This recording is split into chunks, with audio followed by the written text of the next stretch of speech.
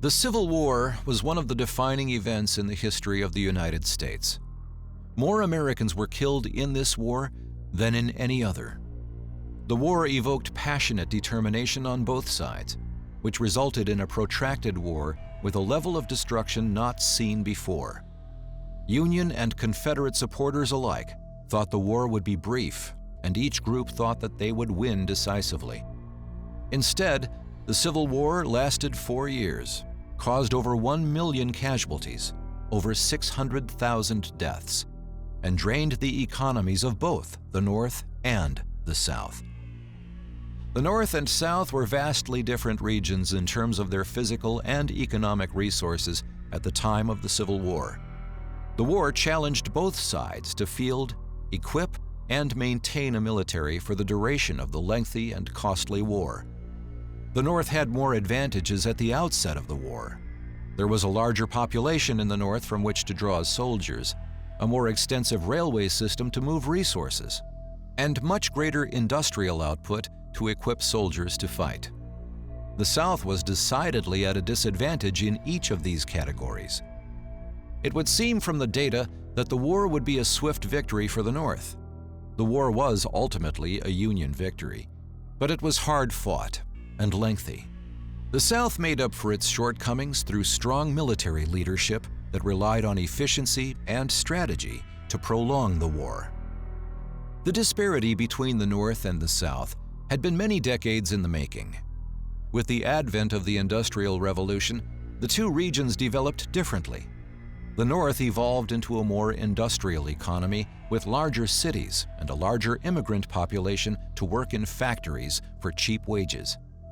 The North's wealth from industrial production had grown substantially by the mid-19th century. The South remained largely agricultural. Cotton was king, as Southern-grown cotton was in high demand by Northern textile factories and other world markets.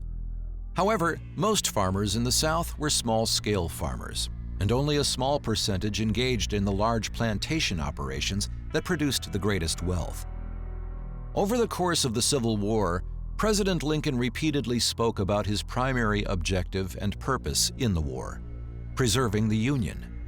In Lincoln's first inaugural address, he tried to convince Southerners that he was not going to abolish slavery and that he only wanted to preserve the Union.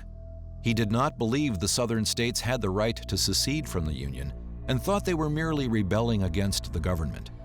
He went on to urge Southerners to abandon the idea of secession and rejoin the United States. Just 5 weeks after Lincoln's inauguration, Confederate forces staged a 24-hour bombardment of Fort Sumter, South Carolina, and committed an act of open rebellion with this attack on federal property.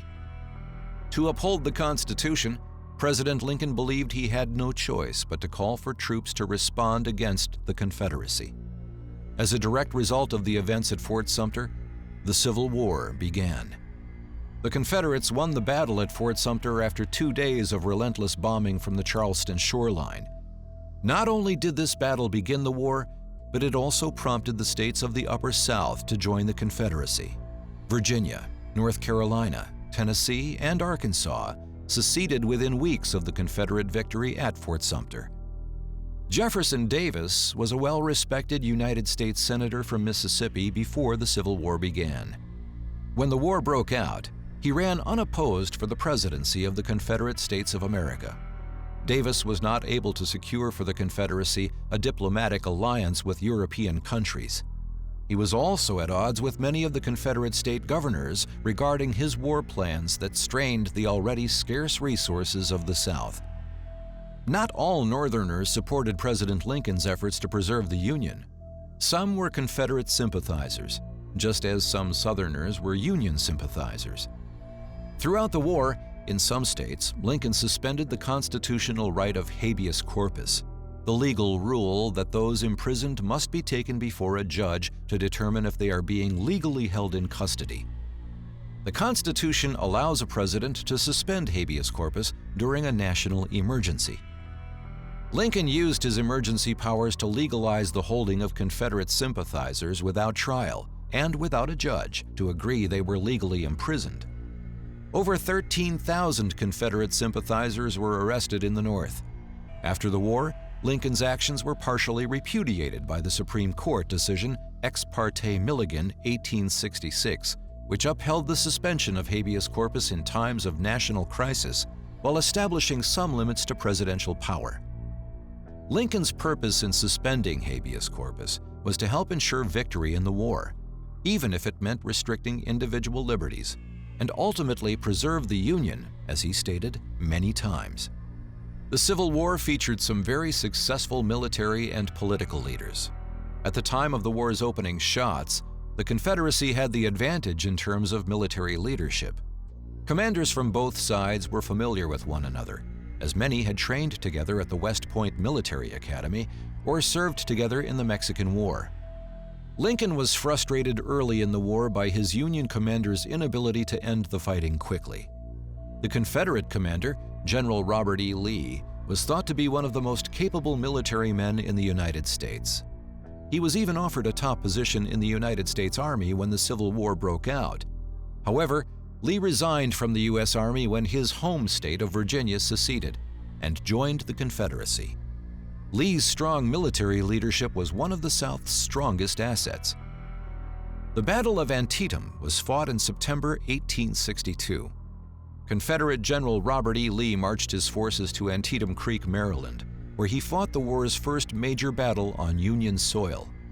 The Confederacy also hoped that a victory in a Union state would encourage European nations to join in a desperately needed alliance with the South.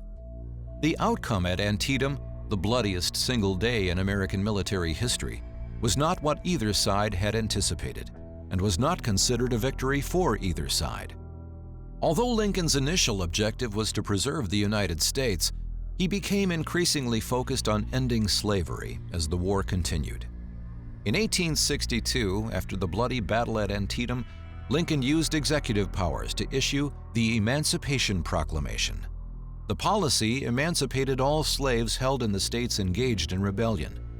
Lincoln did not expect Confederate slaveholders to free their slaves, but he thought news of the proclamation would reach Southern slaves and encourage them to flee to the North. Lincoln believed one reason Southern whites were free to join the Confederate Army was because slaves were doing their work at home on Southern farms. Encouraging slaves to flee to the North would hurt the Southern war effort. Although the Emancipation Proclamation did not free slaves held in the North or in the border states, free blacks living in Union states warmly welcomed Lincoln's statement. The proclamation enlarged the purpose of the Civil War to include the abolition of slavery, discouraged European support of the Confederacy, and also opened the way for blacks to join the Union Army. The Battle of Vicksburg was fought over a span of 2 months, from May through July 1863. Union General Ulysses S. Grant laid siege to Vicksburg, Mississippi, because whoever controlled the high ground there in the bend of the Mississippi River would control traffic on the whole river. Grant, aided by naval actions along the mouth of the Mississippi River during the 7-week siege, achieved one of the Union's major strategic goals in the West. After the Union gained control of the Mississippi River, Confederate troops and supplies from Arkansas, Louisiana, and Texas were cut off from the east. General Thomas Stonewall Jackson was considered a brilliant military tactician and an adept commander for Robert E. Lee's Confederate Army. Like Lee, he was very skillful in the field, maneuvering his forces against often larger and better equipped opponents. Jackson was shot at the Battle of Chancellorsville in 1863 and died a few days later. His death was a tremendous loss to General Lee and the Confederate Army.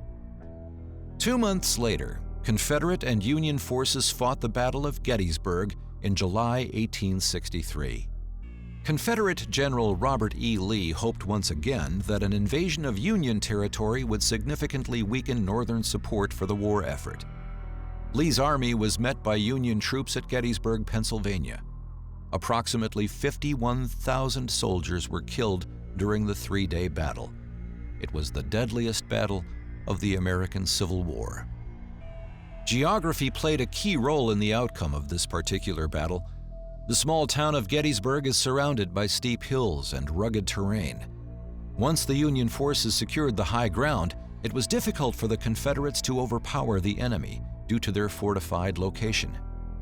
After 3 deadly days of fighting, the Confederates retreated in defeat. Gettysburg marked the beginning of the end for the Confederate forces in the East. Lee gave up any further attempts to invade Union territory.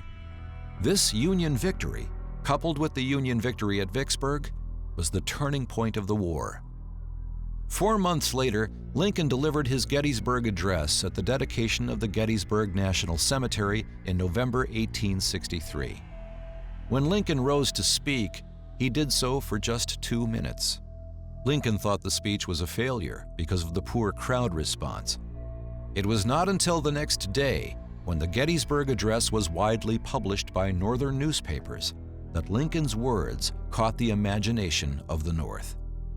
Lincoln's call to continue on with the fight for the fallen and to help preserve government of the people, by the people, and for the people helped raise the spirits of Northerners who had grown weary of the war and were dismayed by Confederate victories over the larger Union armies.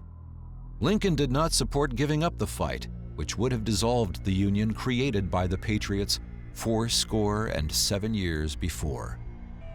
Following these victories, General Ulysses S. Grant was promoted to full command of the Union Army in March 1864. He had demonstrated his skill and aggressive approach in battle through the difficult campaigns in the West. His promotion was earned at the Siege of Vicksburg. His hard-fought victory to control the Mississippi River achieved one of the main military goals of splitting the Confederacy and restricting its ability to mobilize forces. Just as Ulysses S. Grant had been noticed for his aggressive military success, so too was General William T. Sherman. Grant and Sherman fought together in the Western campaigns at Shiloh and Vicksburg. When Grant was given full command of the Union Army, Sherman was also promoted to lead the forces in the West. He then led his forces from Tennessee to Georgia. The Battle of Atlanta was fought from July through September 1864.